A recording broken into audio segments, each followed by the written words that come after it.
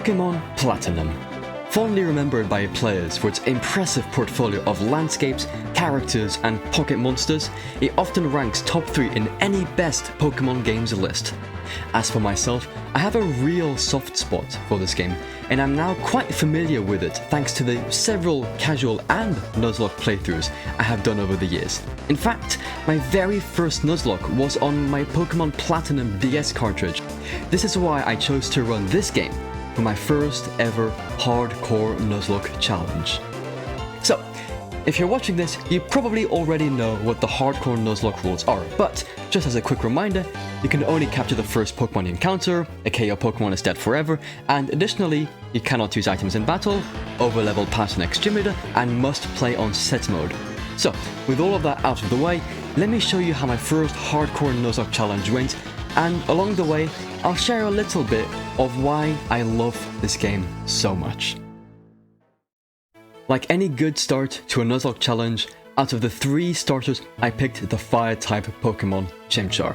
Though, as you can probably tell, my favorite Sinnoh starter is Turtwig, but because of the scarcity of Fire types in this game, I'll at least take the free one.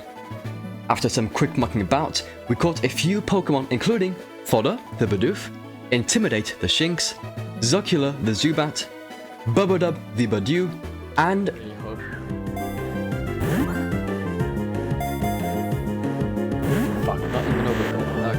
okay, maybe not Abra.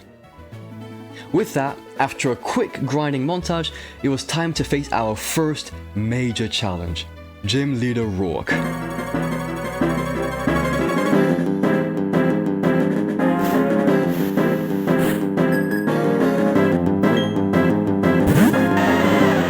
Though, not really, because Bubblebub used growth twice before one-shotting his Geodude, Onix, and Cranidos with Mega Drains. With our first badge, it was time to move on to Floaroma Town. While that's happening, I want to quickly share my thoughts on the game's opening so far. Although Generation 4 is infamously slow, especially when running on my laptop, Pokémon Platinum wastes no time presenting the main pieces of the game. Let's start with the rival and the main antagonist Cyrus, who are both introduced to you before you reach the second town. The rival's energy and ambition are shown to the play by his speech and movement, but also his color palette of orange and yellows with a splash of green. Likewise, Cyrus's moody and mysterious character is also presented through his speech and actions and the colors blue, grey and black. This game boasts a wide selection of environments, from tiny villages to sprawling cities with routes cutting through plains, mountains, forests and snow. As for the music, the consistent use of the jazz style unifies the whole region, while the different instruments and melodies distinguish the laid-back and slow small towns from the upbeat cities, from the gentle forests. I just love how all of these elements come together to create what is easily my favorite region. Once we arrive to Floaroma Town, we see that we cannot progress further until we get rid of Team Galactic, which means defeating Team Galactic Commander Mars and her terrifying Purugly. Intimidate easily defeated her Zubat and then did a bit of damage to her Purugly, but I soon had to switch him out as a critical hit scratch would kill him. My best bet was not Turtwig, because he knows Mach Punch, a priority fighting type move. However, if I swapped to not Turtwig normally, he would take a lot of damage by switching in. Therefore, I chose to first switch to Fodder, who fulfilled his namesake, letting me then switch to not Turtwig without taking any damage, then defeat the Purugly with 3 Mach Punches. On a brief note, I find these sorts of intentional sacrifices quite interesting in the context of a Nuzlocke. Indeed, you have to estimate the difference in value between sacrificing a Pokemon to give you a clean switch, which is often highly advantageous, and that same Pokemon's potential value. For example, Intimidate is one of the rarer electric types in this game and has good stats, so I know that I will use this Pokemon in many future battles.